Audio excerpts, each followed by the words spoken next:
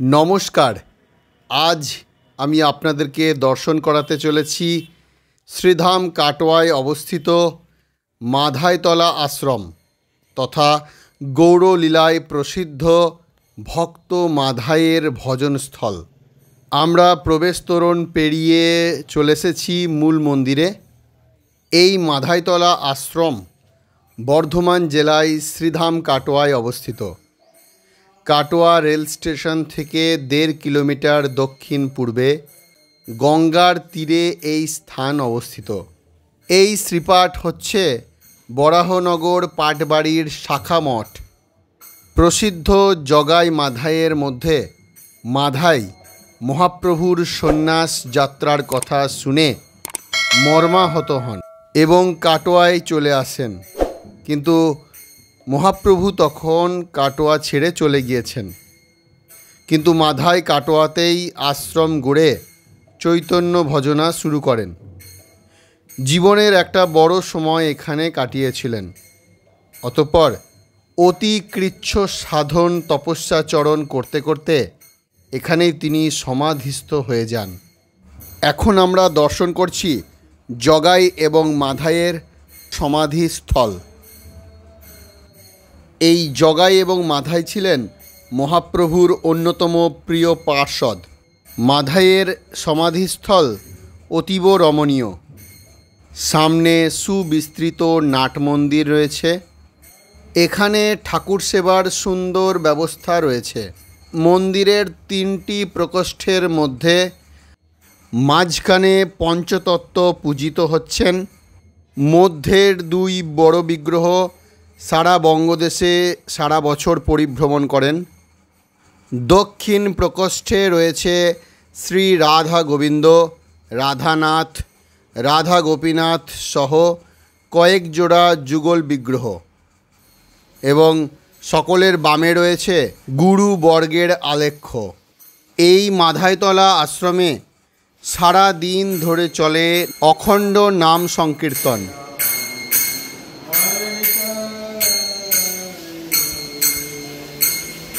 প্রায় 500 বছরের প্রাচীন মাধবীলতা মণ্ডিত সমাধি স্থানটি সকলেরই মন হরণ করে নেয়।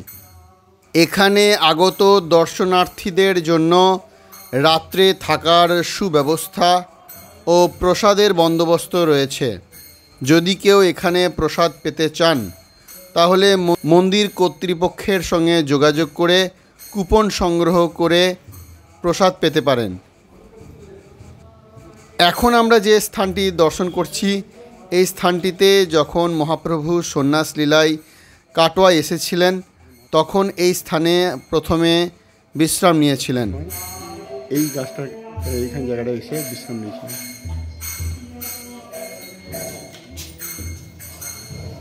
ভজনিতাই গৌর রাধে শ্যাম, জপ হরে কৃষ্ণ হরে রাম। কাটোয়ার মাধাইতলা আশ্রম দর্শন করে এখন আমরা চলে এসেছি সখীর আখড়া আশ্রমে। সালটা আনুমানিক 1510 খ্রিস্টাব্দ। দীক্ষা নেওয়ার মনস্থির করলেন মহাপ্রভু শ্রী চৈতন্যদেব। যাত্রা করলেন কণ্টকনগর তথা কাটোয়ার উদ্দেশ্যে। সেখানে পৌঁছে গুরু কেশব ভারতীর কাছে দীক্ষা নেবেন তিনি। অপরদিকে শিষ্যের জন্য অধীর অপেক্ষায় রয়েছেন গুরুদেব। কিছুটা ভাগীরথী নদী পার হয়ে আবার কিছুটা পায়ে হেঁটে গুরুর কাছে পৌঁছালেন মহাপ্রভু। দাঁইহাট শহর দিয়ে তিনি কাটোয়ায় এসেছিলেন। সন্ন্যাস দীক্ষা নেওয়ার আগে তাঁর মস্তক মুণ্ডন করতে হবে, কিন্তু কে করবেন তা নিয়েও তখন শুরু হয়ে যায় চিন্তা। ঠিক হয় কাটোয়া শহরের বাসিন্দা মধু শীল বা মধু নাপিত তাঁর মস্তক মুণ্ডন করবেন।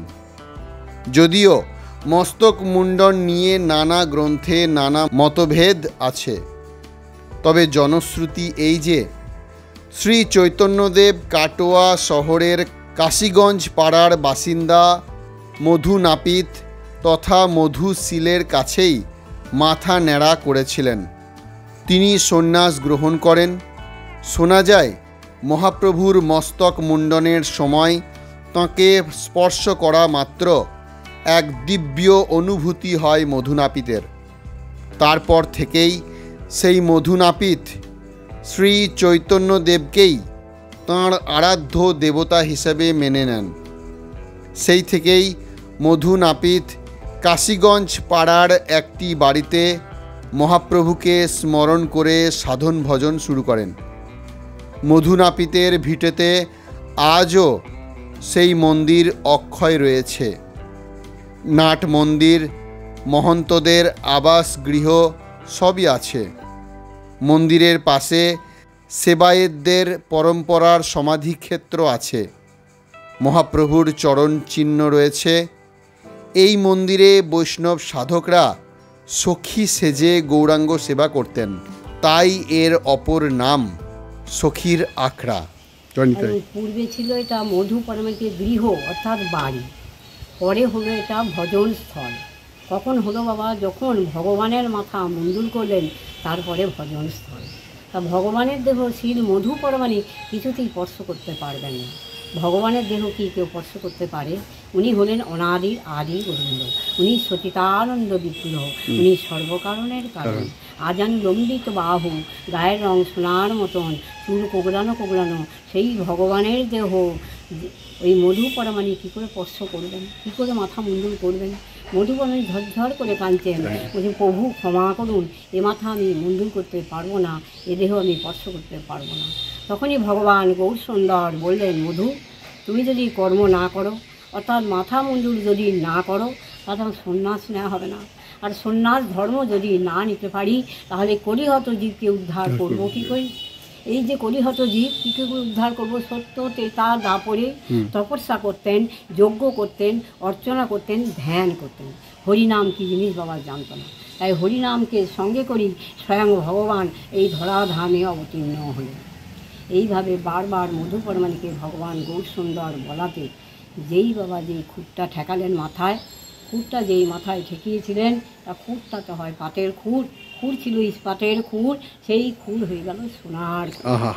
সোনার খুঁট হয়ে গেল যখন মধু পরমাণি ঝরঝর করে কাঁদছেন, এ কার দেহ স্পর্শ করলাম? কার মাথায় আমি হাত ঠেকালাম, খুঁট ঠেকালাম? এ তো খুঁট সোনা হয়ে গেল, আমার খুঁট পাটের খুঁট ছিল। তখনই ভগবান গৌর সুন্দর বললেন, মধু দুঃখ করো না, তুমি কেঁদো না, আর তোমাকে এই কর্ম করতে হবে। তখন পর থেকে সেই থেকে আর মধু পরমাণিক ওই নাপিতের কর্মই করে। সেই থেকেই এইখানে ভজন করতেন, সাধন করতেন। ওই ভগবান চরণ দর্শন করালাম, ওই মহাপ্রভুর চরণ দর্শন করলেন, ওই চরণ ভজন করতেন, সাধন করতেন। যেমন ভগবানের পদচিহ্ন বলে ভগবান মনে করলে কি না হয়? অনাদির আদি গোবিন্দ, সচিতানন্দ বিগ্রহ, সর্বকারণের কারণ। ওনার নির্দেশের একটা গাছের পাতা নড়ে না, একটা চোখের পলক ফেলতে পারবে না, এক পা ফেলতে পারবে না ওনার নির্দেশে। সেই ভগবান এটা শিল মধু পরমাণিকের। এইটা হচ্ছে আমাদের মধু পরমাণিকের ভজনস্থল। পরবর্তীকালে এটা পুষ্প সমাধি মন্দির, মানে এটা পরবর্তীকালে মন্দিরে হবে।